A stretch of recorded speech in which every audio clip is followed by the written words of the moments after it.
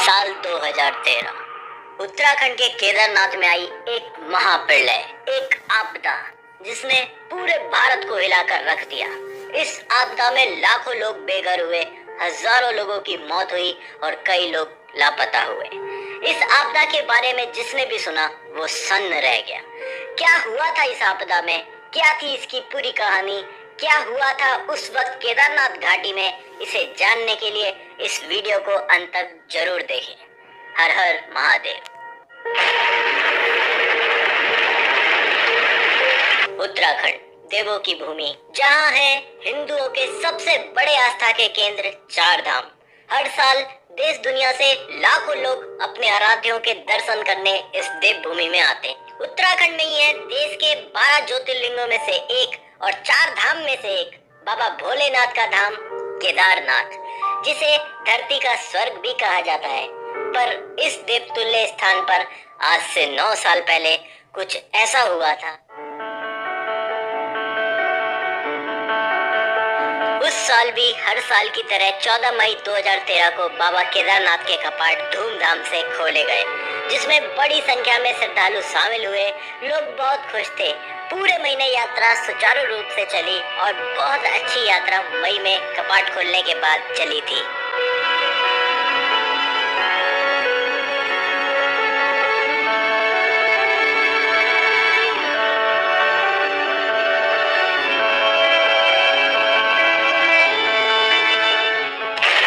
ठीक एक महीने बाद 15 जून 2013 3 दिन से जारी भारी बारिश उस दिन भी जारी थी।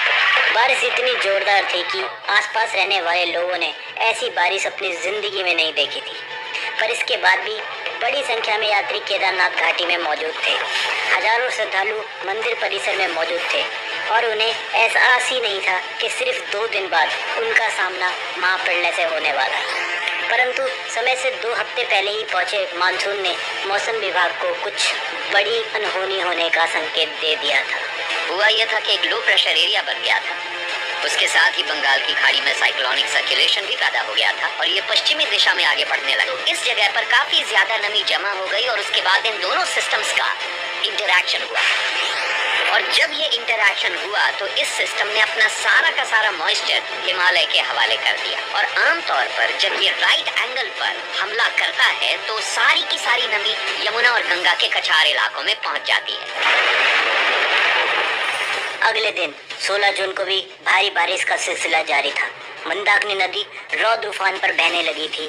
लगातार भारी बारिश से केदारनाथ के ऊपरी इलाकों में जमे ग्लेशियरों पर भी भारी दबाव बनने लगा था।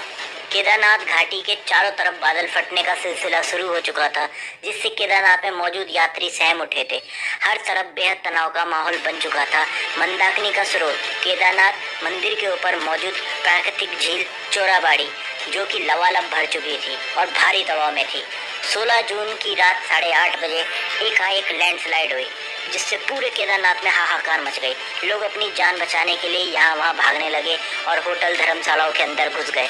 16 जून को इतना ज्यादा पानी बरसा था कि पूरा पहाड़ हिल उठा था। इस दौरान 300 मिलीमीटर से 500 मिलीमीटर के बीच भारी बारिश हुई।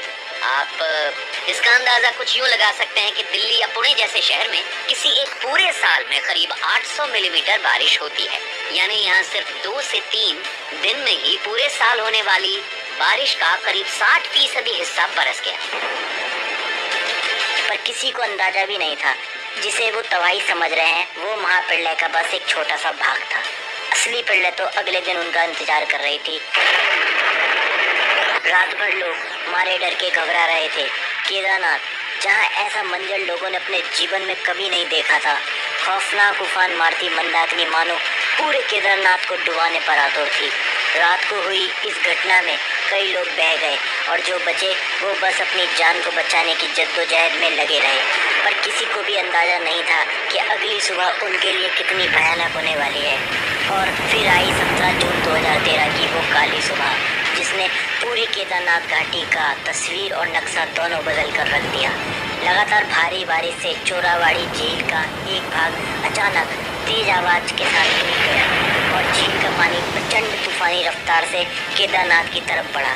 पानी का रूप इतना भयानक था कि उसकी रफ्तार 40 किलोमीटर प्रति घंटा और लहरों की ऊंचाई 100 फीट से ज़्यादा थी।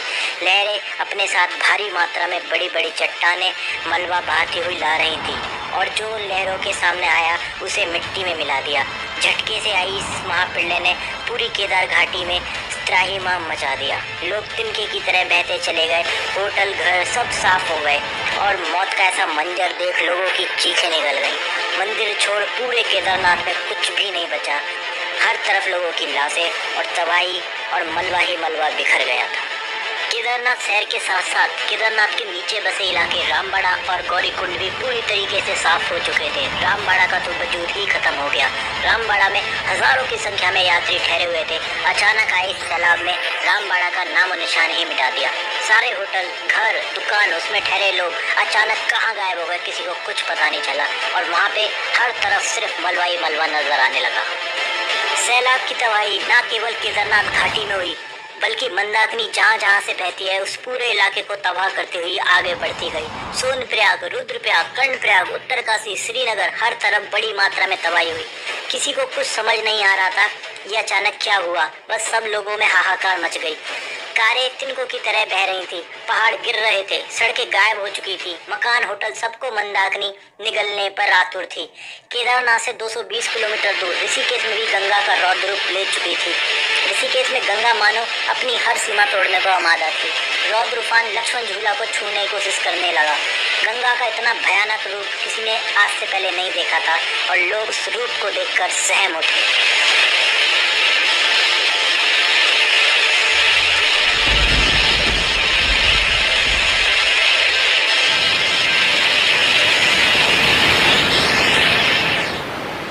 हजारों लोग मारे गए, सैकड़ों लापता हुए, हजारों बेघर हुए।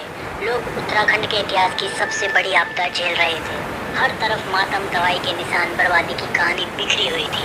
सरकार और प्रशासन तक खबर पहुंच तो चुकी थी कि कुछ बुरा हुआ है, पर उन्हें अंदाजा नहीं था तबाही इतनी भयानक थी। 18 तारीख में एक हेलीकॉप्टर घटना का जायजा लेने केदार घाटी पर उड़ा। उसने जब नीचे के हालात देखे तो उसके पैरों के नीचे से जमीन खिसक गई। गौरीकुंड और रामबाड़ा का वजूद ही समाप्त हो चुका था। केदारनाथ शहर पूरी तरीके से बर्बाद हो चुका था। पायलट ने फौरन इसकी सूचना कंट्रोल रूम को दी। राहत बचाव के कार्य के लिए तुरंत आर्मी और एयरफोर्स की मदद ली गई और फिर शुरू हुआ भारत का सबसे बड़ा रेस्क्यू ऑपरेशन, जिसे आर्मी ने नाम दिया ऑपरेशन सूर्य हो। देश के जांबाज जवानों ने रात दिन एक करते हुए हफ्ते भर में पूरी जान लगा दी। लगातार हेलीकॉप्टर उड़ रहे थे और लोगों को सुरक्षित जगहों पर पहुंचाया जा रहा था। जगह जगह से लोगों को बचाया जा रहा था। इस पूरे रेस्क्यू में सेना ने 1,10,000 से ज़्यादा लोगों को एयरलिफ्ट कर सुरक्षित जगहों पर पहुंचाया। मौसम और रास्ते बहुत कठिन थे, पर सेना ने पूरे ऑपरेशन को पूरा करके ही दम लिया।